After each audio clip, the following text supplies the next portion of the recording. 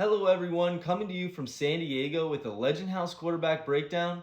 I am your host, Jack Liebesman. Today we're going to be breaking down some footage of Caleb Williams. He broke records at USC, won the Heisman Trophy in 22, and was drafted first overall by the Chicago Bears. As the former lead trainer for legendary throwing guru Tom House, I spent 8 years with Tom developing quarterbacks and pitchers from over a dozen NFL and MLB teams. Tom utilized over 50 years of 3D motion data capture at over 1,000 frames per second to come up with the data we use today. He used this data to develop the biomechanics of numerous Hall of Famers, including Tom Brady and Drew Brees. I know his science and methodology so well that Tom himself has referred to me as the next Tom House. So what are biomechanics? Biomechanics refer to the laws of physics applied to the human body.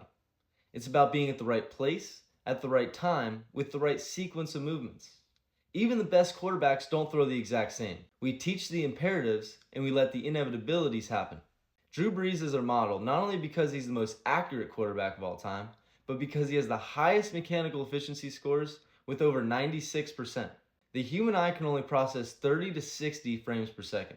This is why it's important to evaluate video to get a deeper look. Standing at 6'1", 214 pounds, Caleb doesn't have ideal NFL size, but makes up for it by being an electric playmaker with great arm talent. He doesn't throw with quite the same velocity as Josh Allen or Justin Herbert, but he can really spin it.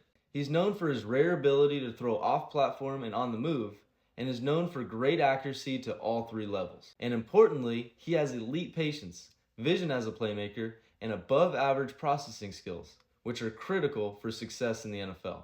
Now, we don't have time today to cover every single mechanical variable. Let's take a look at some of his throws and see what makes him effective, and if there's anything he can tighten up. The first imperatives to notice are his timing and his footwork. This includes the time it takes to make his first move forward, the time it takes into foot strike, and the time it takes to release the ball. Williams lines up well with elite NFL quarterbacks. They stride about one of their feet in less than 0.2 of a second and have a total release time of 0.4 to 0.55 seconds. Our number one rule is to GFF, go forward fast. The quicker your feet, the quicker your release, and the less time you have to mess up. Tom says your body is smart if you let it be smart. We evolved as a species to throw rocks at rabbits so that we can go home and eat some rabbit stew. Throwing is natural. We wouldn't eat back in the day if we were slow in a foot strike. Nowadays, if you're slow in a foot strike, you get crushed by 2,000 pounds worth of defensive linemen. Caleb does an excellent job of maintaining poise in the pocket with his head over his center of gravity and a stance that allows him to stride one of his feet in under 0.2 of a second.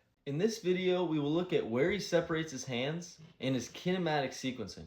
Kinematic sequencing can be defined as the order of movements. Inefficiency is when strength or movement is recruited out of sequence. This can exacerbate elbow or shoulder pain and lead to inaccurate passes. Tom House says that where you separate your hands is the difference between a catch and run touchdown, a 50-50 ball, and a pick six. He emphasizes that 80% of our velocity comes from our torso, not our arms. He refers to this as torque, or stored energy. By pushing the ball back, or what Tom calls running from the football, the ball now needs to travel a greater distance, and as a result, the subconscious brain prematurely rotates the shoulders to make up for the shortage of time.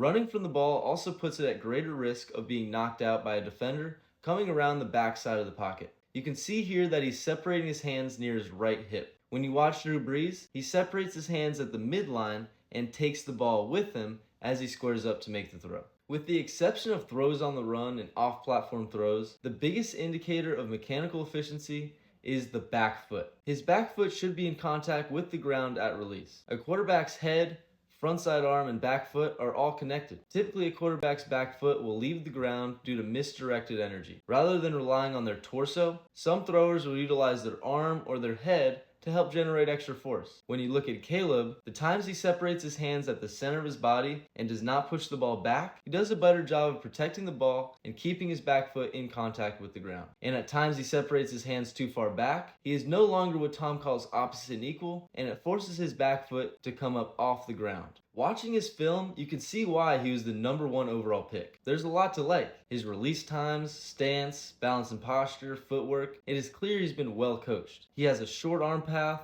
can throw out of multiple arm slots. I give his throwing biomechanics a strong grade. However, there are a few things that can be improved upon. For example, When he's forced to get into foot strike quickly, he has less time to push the ball back, and his back foot stays in contact with the ground.